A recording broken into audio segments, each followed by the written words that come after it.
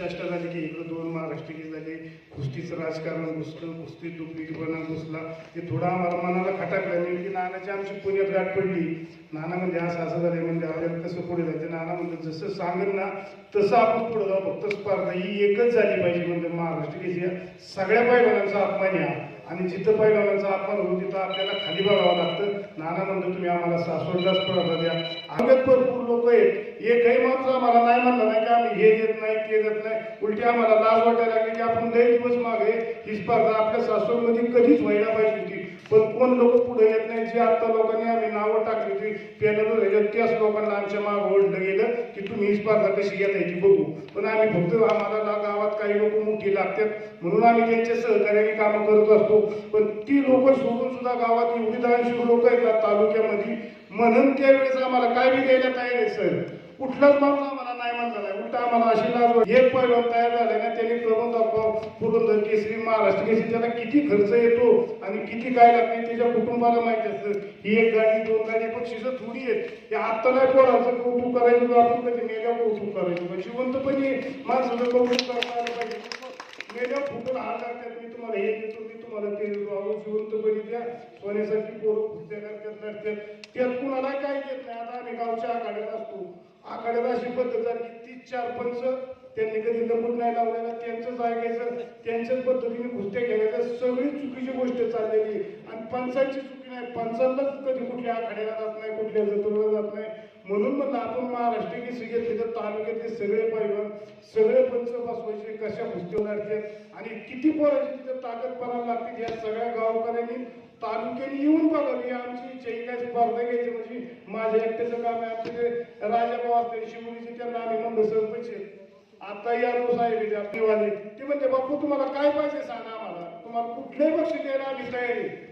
एक सुद्धा बक्षिसाला तापले आमच्याकडला माणूस मागं सरला नाही. जी मोठी होती ज्यांच्या जीवा आम्ही स्पर्धा घेतली ती म्हणजे आमचं नाव नका टाकू, आम्हाला काढून टाकते. हे म्हणलं आमच्या नावाने येतो, आम्हाला काय एवढी 10-50 लाख खर्च करायला आम्हाला काही लई नाही. लई लोक द्यायला येतो. तालुक्यात काही एवढीच लोक आहेत का? अख्ख्या महाराष्ट्रात आम्हाला 22 बक्षीस मिळाला नाही. एवढं पाहिलं तुझी वाईट स्पर्धा चांगल्या पद्धतीने चांगल्या रूपाने सासवडमध्ये करणार. आणि हे शिवरांचं गाव आहे, सरदार वदराजे जगतापांचं गाव आहे. त्यामुळं आम्हाला इथं कुठल्याही गोष्टीची प्यायची गरज नाही. आणि आमच्या मागं अख्खा तालुका आहे. वडकीवाले तिकडून महेश आलाय, पंडित दादा मोडके सगळी मागे चेअरमन साहेबांची 20 वर्ष झाली इथं तालमी, ते तिथं तालमीला फरक देतात. उलटी कुणीतरी राबवली पाहिजे, कोणतरी पुढे झालं पाहिजे. त्याला एकही माणूस पुढे व्हायला मागत, पण एक पुढे झाला ना 1000 लोक तुमच्या मागं असतात. फक्त तुम्ही पुढे यायची गरज असते.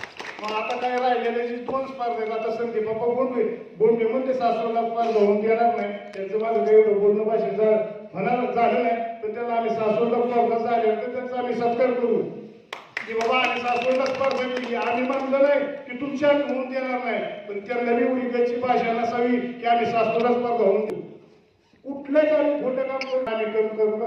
ज्यांनी स्पर्धा घेतली ना त्यांना गेल्या वर्षी नानांनी परमिशन दिली त्यांच्या स्पर्धेला, आणि ती आमच्या ऑब्जेक्टिव्ह घेतली की तुमची स्पर्धा होऊन देणार होतं. त्यांनी त्यांचा विचार करावा. आता आम्ही दिल्लीहून ज्यांनी मेन स्पर्धा स्थापन केली ते रोशनला आलेले, त्यामुळे आम्हाला काही द्यायची गरज नाही. आणि पत्रकार हे अख्ख्या जनतेचे डोळा असतात. तुम्ही याची दिशाभूल करणं, तुम्ही दाखवणे सगळ्यात महत्वाचं आहे.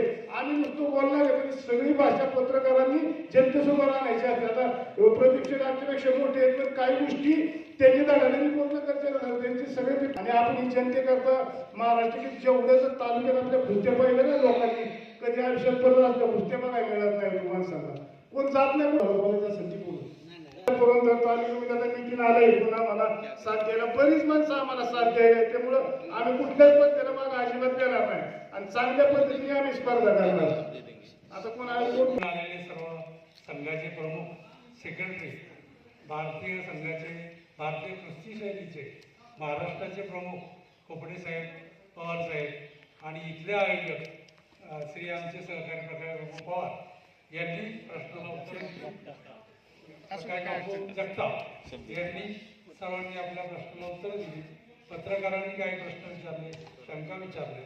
ह्या पत्रकार परिषदेमध्ये स्पष्ट झालं की भारतीय शैलीच्या कुस्तीच्या प्रकारातील महाराष्ट्र केसरी ही महाराष्ट्र केसरी स्पर्धा ह्या सासवड नगरीमध्ये प्रकाश बाबू प्रतिष्ठान, प्रतापबाबू जगताप प्रतिष्ठान यांच्या वतीने होत आहे हा सर्वांना पुरंदरवासियांना आनंद आहे.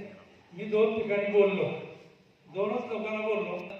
दिल्लीहून सर्व भक्त पदाधिकारी, काय नाव आपलं, गौरव साहेब आणि ज्ञानसिंग ऑलिम्पियन हे आले. त्या सर्वांचं